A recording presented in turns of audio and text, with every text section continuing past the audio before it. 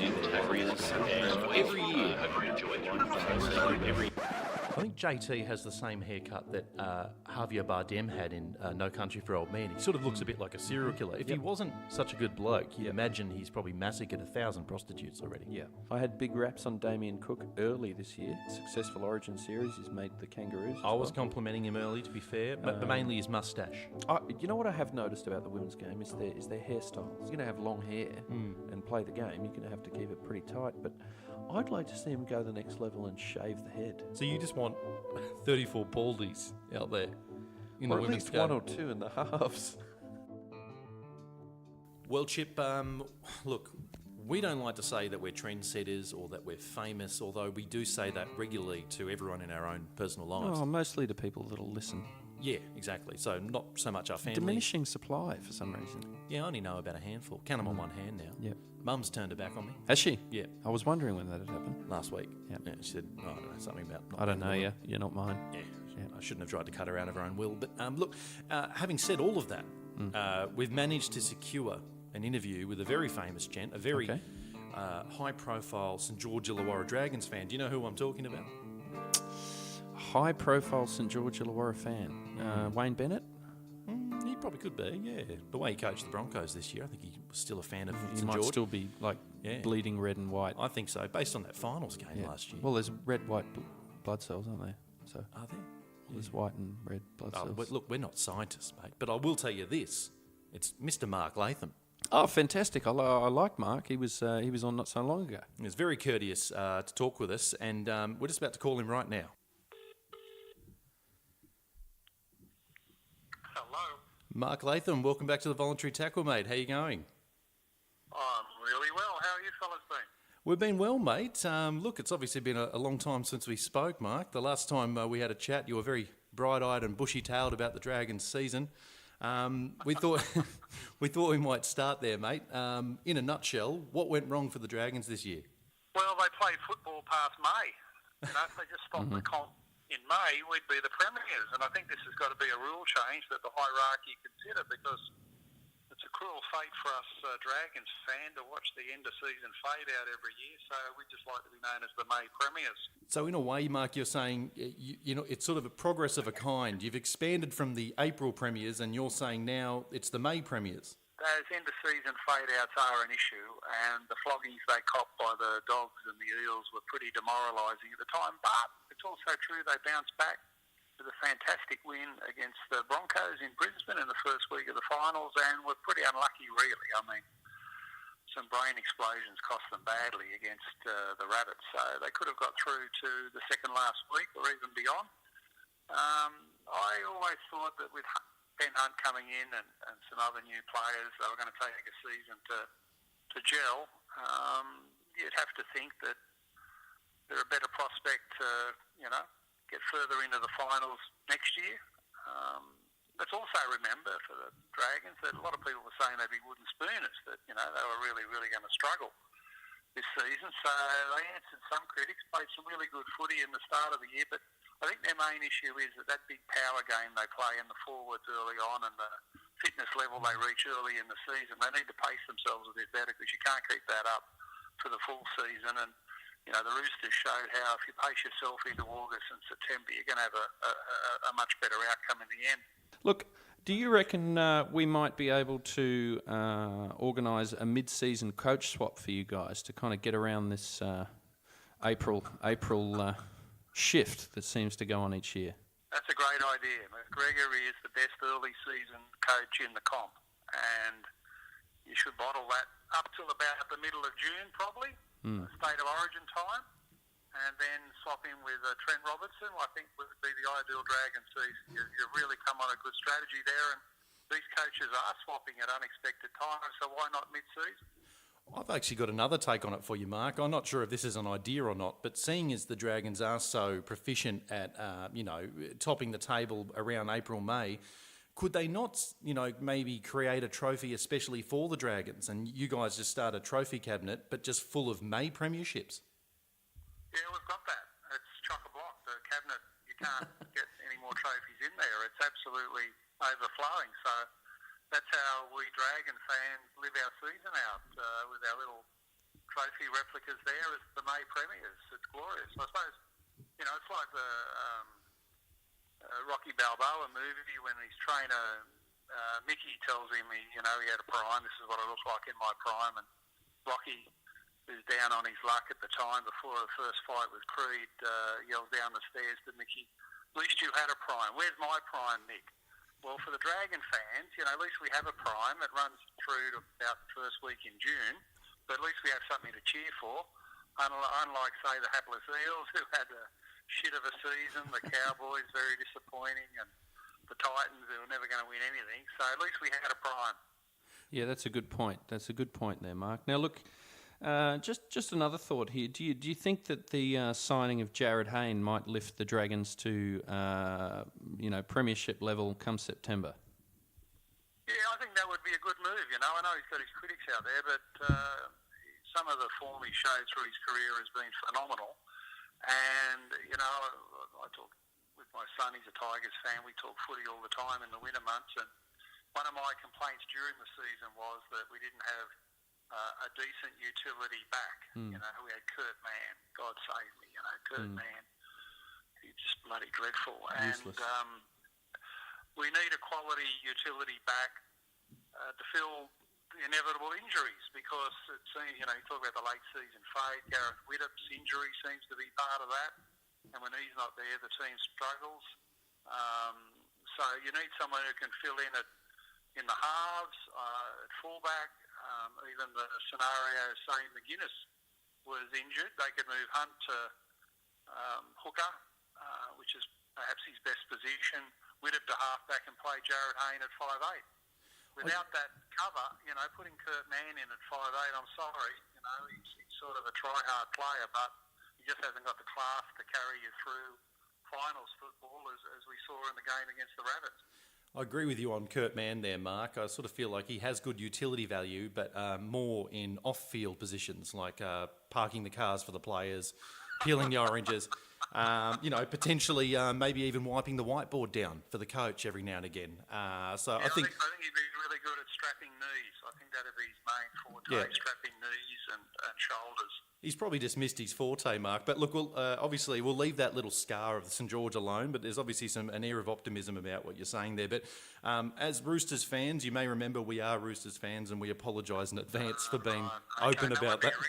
No wonder you're ringing me in the off-season, yeah, sure. Well, no, hear us out, Mark, because we're not here to gloat. But what I am here to ask is, given the heroics of Cooper Cronk in that game, we're trying to get a bit of a Kickstarter campaign going, Chip and myself, to see if we can get a bronze statue of Cooper Cronk's scapula being erected outside East Leagues in Bondi Junction. Do you think there's any merit to potentially doing that?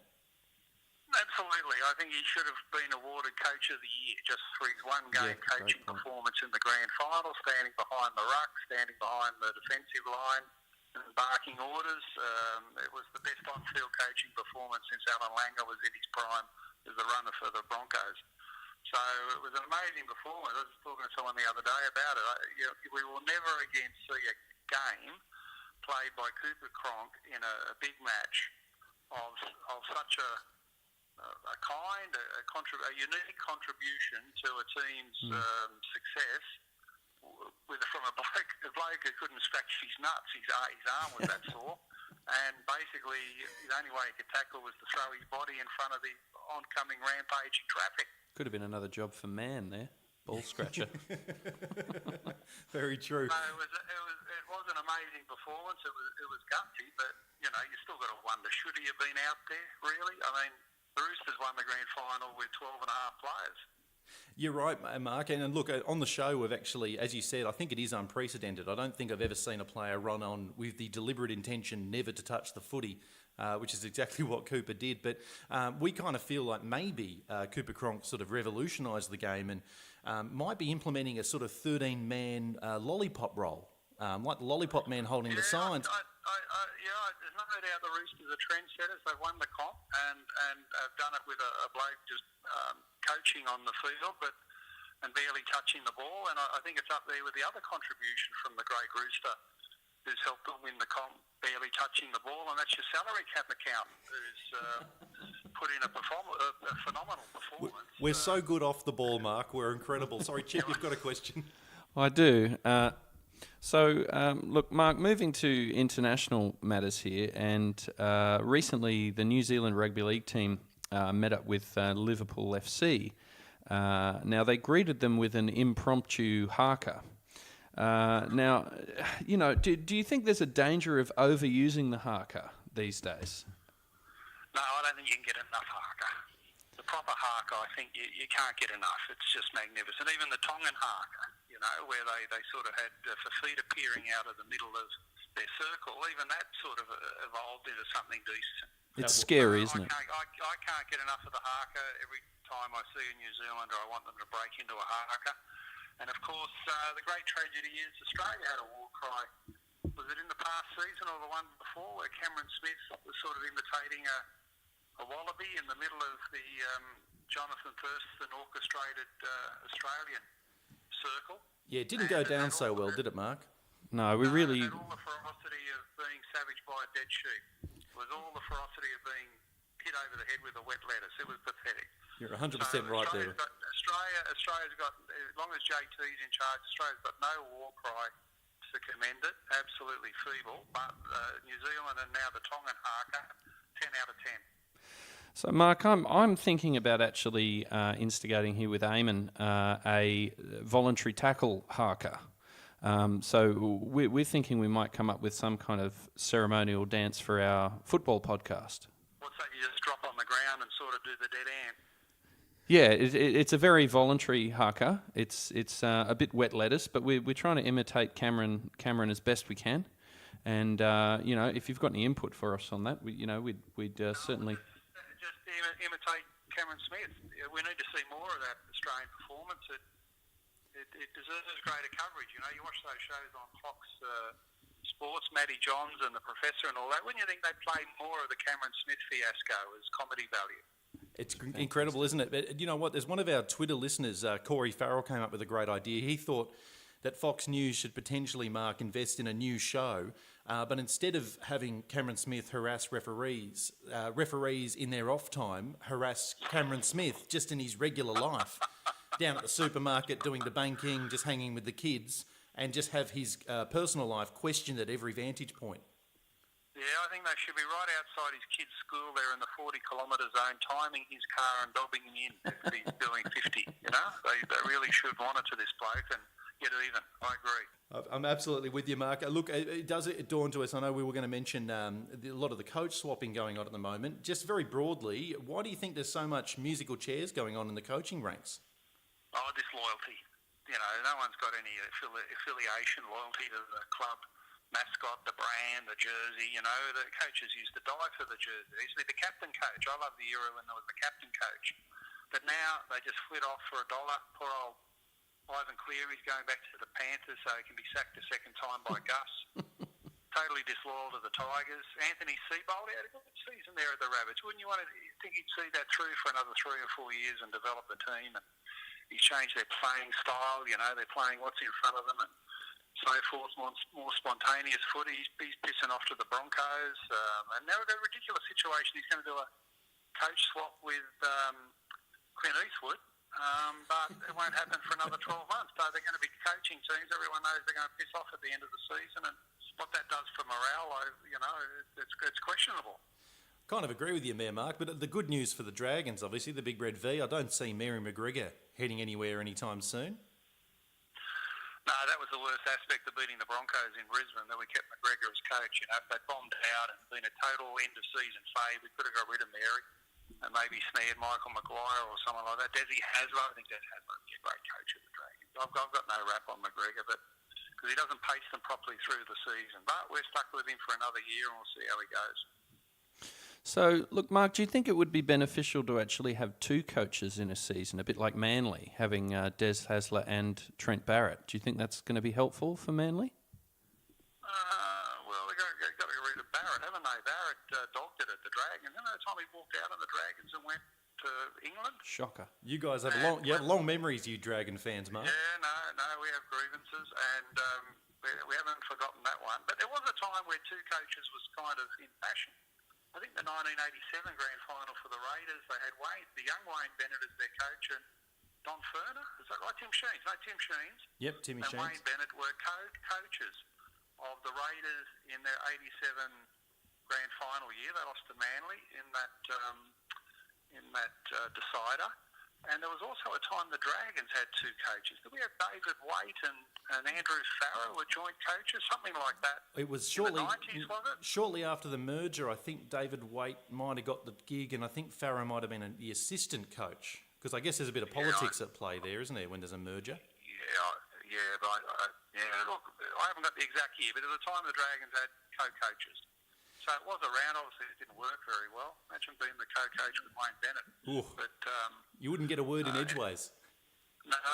Well, some people. I suppose you could say the Panthers have got a co-coach. They've got Gus Gould and whoever else holds the clipboard.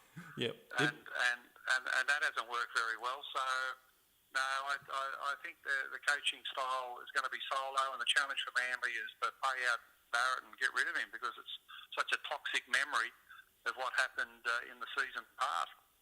Mark, we're going to finish up the interview with a few viewer questions, if you're okay with that. I should say listener questions, I guess. Now, sure. Apologise in advance. We have a very weird and odd bunch of people, so if you think the questions are a bit strange, feel free to... I'm from a political background. I'm used to weird and strange people, so shoot away. I'm sure you are. Look, this one comes from the biggest tiger, and he says, Mark, if you could see Tyson Frizzell in a calendar spread, what would his photo theme be, and what month would he pose for? Well, he'd be holding the trophy in May, wouldn't he, as one of the May Premier players? And as for his photo spread, I'd like him dressed as a fireman. Fireman Frizzell. Good idea. I like it. Yep. Mate, we've got another one here. This is from Angel of Gronk. He says, why hasn't the Dragons recruited Tuari Martin yet? Not to play as a recruitment manager, but as proof that nice things can be taken away from props who leave the Big Red V. Whoever that bloke is, Gronk, he's doing too many drugs. Yeah, I think Gronk might be right. What are you hoping to see in 2019? Can we get some rule changes happening here? How did you think the refs went in 2018? Well, can they just have some consistency in the way in which the game is refereed? I mean, the start of the season was a pedantic approach, blowing about 40 penalties per game. Then we got to Origin and there were 3 penalties. And it looked like it was a different game of sport altogether. And then Greenberg said, the refs shouldn't be so pedantic, and they were laid off for a couple of weeks. And my pet hate, and I'm sure every rugby league fan would say this, where the hell did policing the play the ball of the attacking team come from? You know, the penalties that they blew. That's a about shocker. blokes who didn't touch the ball, lift their foot and all that. No one gives a shit about that. Just let them roll it under their legs and get on with a faster game with fewer penalties. And the other one, putting my Dragons hat on, is Jared Sutton and that penalty against Cam McGuinness when he threw the ball into Murray against the Rabbits. Dooly. How can you be a mind reader to know whether or not it was deliberate? Murray was on his knees and clearly in the way of the pass going one off the ruck. And how would Sutton know what was in McGuinness's mind? Because it didn't look like a deliberate thing. It might have been, but you can't mind read. So get rid of that rule. Get rid of the whole focus on play the ball, whether they touch it with their foot and all that garbage, and keep it down to about no more than 10 penalties a game. Okay, I think they should have a rule when you play the 10th penalty, there's no more. Put a cap on it. Put a cap on it. Yeah, have the salary cap, have the penalty cap. Mark, look, this is slightly less league related, but it's obviously we're talking to you today on the night of Halloween. Just on a broad point, should Australians be celebrating Halloween, or is this one of these American holidays we should stay well away from? Well, it's a bit of a furphy. The full history of it is it's a Christian All Saints festival that started in Europe.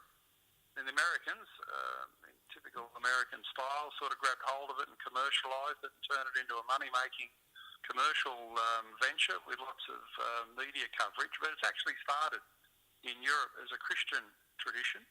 So I think we should make it a uniquely Australian tradition. I actually, just last year, I know I'm a fully fledged adult, Mark, but I went door to door doing some trick-or-treat dressed up as Todd Carney.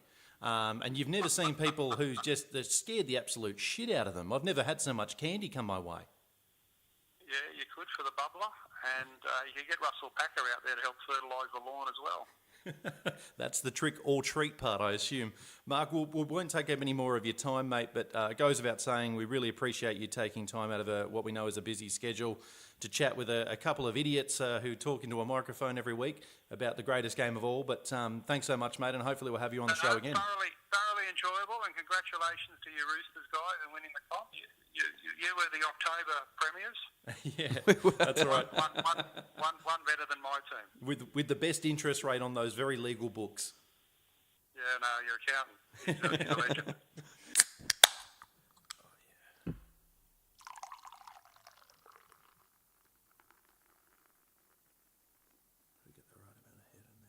Mark, he certainly has a bit of an axe to grind with the referees, doesn't he? I think he literally wants to grind an axe into some of them, especially those Sutton brothers. Do you think that's why we get along?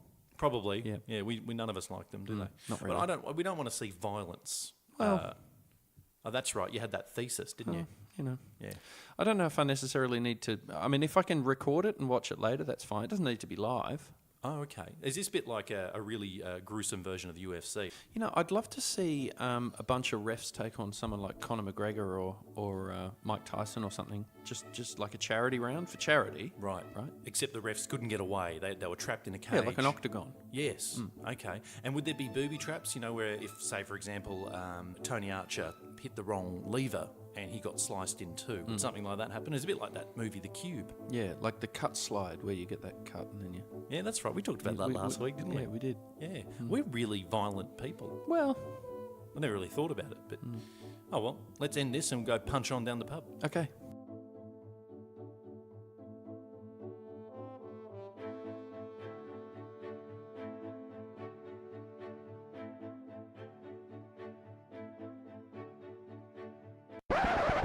We're going to pick two teams, and they are going to fight to the death. Their mascots will go head-to-head. So Eamon's given me two numbers to choose from. I believe it was 13 and 12, mate. 13 and 12, which brings up the Illawarra Steelers taking on the Brisbane Broncos.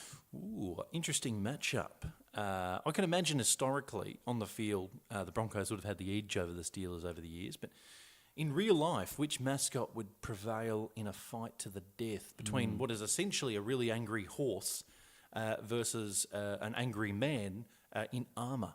And it's a young horse too. You've got that Bronco. It's bucking. Oh yeah, it's a bucking Bronco. It's tough to tame. Still, I think if you got a Steeler, you just cut its legs off. Now, wouldn't it? what is a Steeler? I think it's a type of warrior in armour. Okay. I'm not sure. So he'd usually be riding the horse, you would generally, they're usually friends in history. A Steeler would be on top of the horse and they'd be a team. So this is when like two friends fall out. So maybe the horse has said, look, not really keen today. I'm going to have a break. And the Steeler goes, no, we've got to go and fight. Argument erupts. Maybe the Bronco says something like, yeah, but you're a fat cunt and I don't like you anymore. And the Steeler says, well, guess what? That wasn't water I was giving you to drink. Yeah. And then it's just on.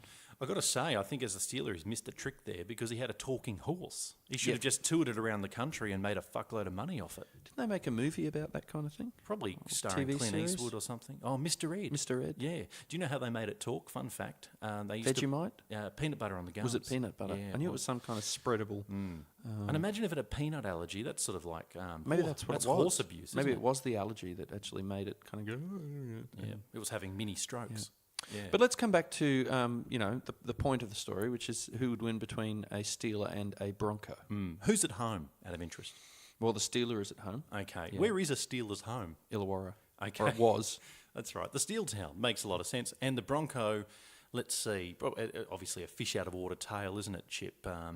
Bronco bucking around Illawarra, around the steel mills. It's probably likely to do itself an accident without the Steeler even turning up. Probably fall into some heavy machinery or something. May even do itself a mischief. I'd say you're probably right about that. So for me, there's too many perils for the Bronco to prevail. I'd say even if they met face to face, the Steeler would just cut it in half. Probably give it some kind of mafia-esque horse in the bed, horse head removal job. Send the horse's head to the horse's family. Yeah, something like that. Yeah. Although that wouldn't be that shocking for the wife of the horse, would it? Because if the wife of the horse woke up in the bed and saw a horse's head in the bed, probably thought, there's Frederick. Yeah, just he's asleep. home. Just had a I big thought one. he had a big fight today. He must have won. Tied one on. Oh, he's lost weight. Weighs a lot less now. Yeah. Summary, 42-0 Steelers. 42-0 Steelers.